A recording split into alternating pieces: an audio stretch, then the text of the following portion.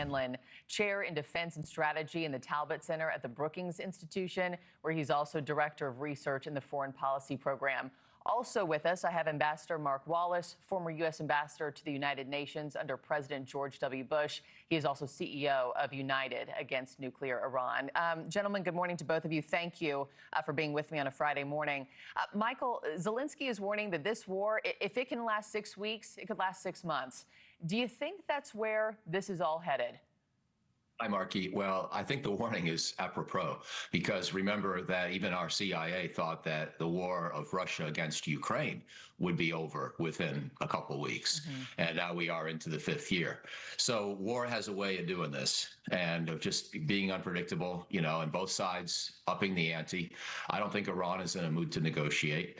And I don't think we've got the capabilities to quickly reopen the Strait of Hormuz. President Trump could give up on the regime change effort or claim that it's already happened, which is, of course, rhetoric they've used sometimes. But he can't just make the shooting stop or make the strait work and open up to shipping.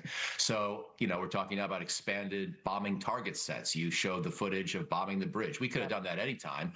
We did it now because we're getting impatient, and electric plants could be next. You know, usually people try to create very nice firewalls in bombing campaigns, only to reconsider when the first effort doesn't work. So this could go on indefinitely. I really hope and pray it ends this month, but I'm not making that prediction. Yeah, and Ambassador, on the heels of the president's address to the nation on Wednesday night, you know, to Michael's point, we just saw the U.S. military strike the largest bridge in Tehran as he vows to escalate the war if a peace deal isn't reached in the coming weeks.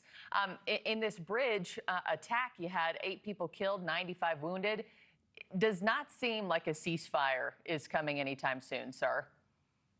Well, I think that when you look at the military planning, the attack on Iran, and from an intel perspective and a military perspective, has really been in the Pentagon and on the books for some years. And I don't think any military planner or intelligence community planner would say that this hasn't gone as expected. There haven't been too many surprises.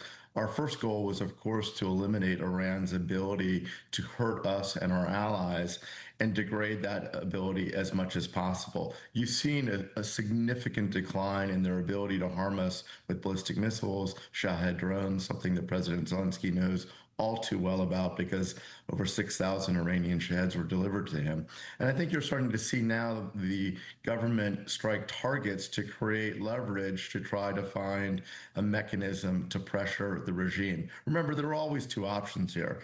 The regime would somehow fall under the collapse of its own weight. It was a very weakened regime, or the regime would be weakened so dramatically that they would be unable to hurt the United States and its allies.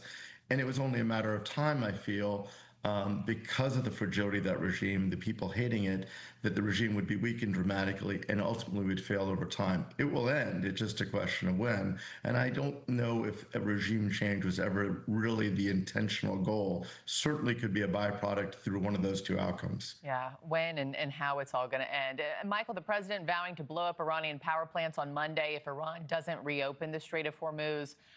I found it interesting, you know, the United Kingdom gathered roughly 40 countries on this virtual meeting calling on Iran to reopen the waterway. Why wasn't the United States on that call, you think?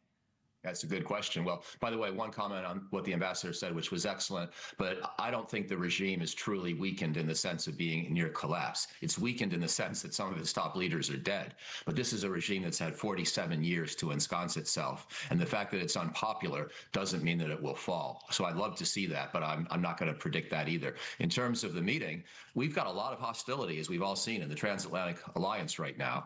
And President Trump again threatening to pull out of NATO, which is something he's said on and off for the whole 5 years he's been president, going back to his first term.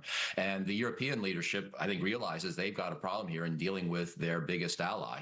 They can't really afford to be cut off from us or have the United States pull out of NATO. So they've got to think about not just which ships they could bring in hypothetical scenarios, you know, after a ceasefire perhaps, but also how to manage Washington and how to not let this fight get worse. Yeah, Ambassador, let me just give you... Thank you for watching. Subscribe below and download our NewsNation app right now on your phone, and you will get fact-based, unbiased news for all Americans.